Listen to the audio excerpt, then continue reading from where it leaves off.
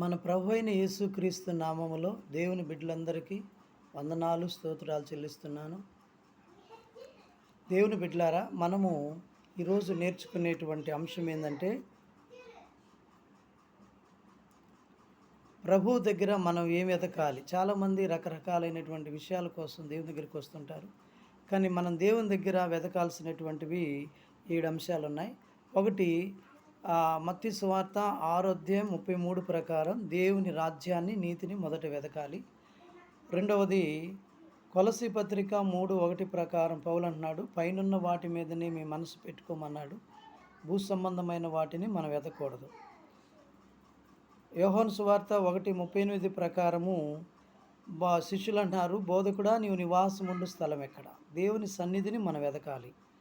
తర్వాత యోహాను సువార్తలో యేసుప్రభు అంటాడు, దేవుడు కాపురం ఉండే స్థలమును మనం వెతకాలి. అక్షయమైన ఆహారం కోసం వెతకాలి. మరి దేవుని ఉన్నతమైన పిలుపును కలుగు బహుమానం పొందుకోవాలని గురి యొద్దకే బహుమానం కోసం వెతకాలి. ఇట్లా 7 రకాలైన అంశాల కోసం మన దేవుని దగ్గర వెతకాలి. దేవుడి మాటలను దీవించును.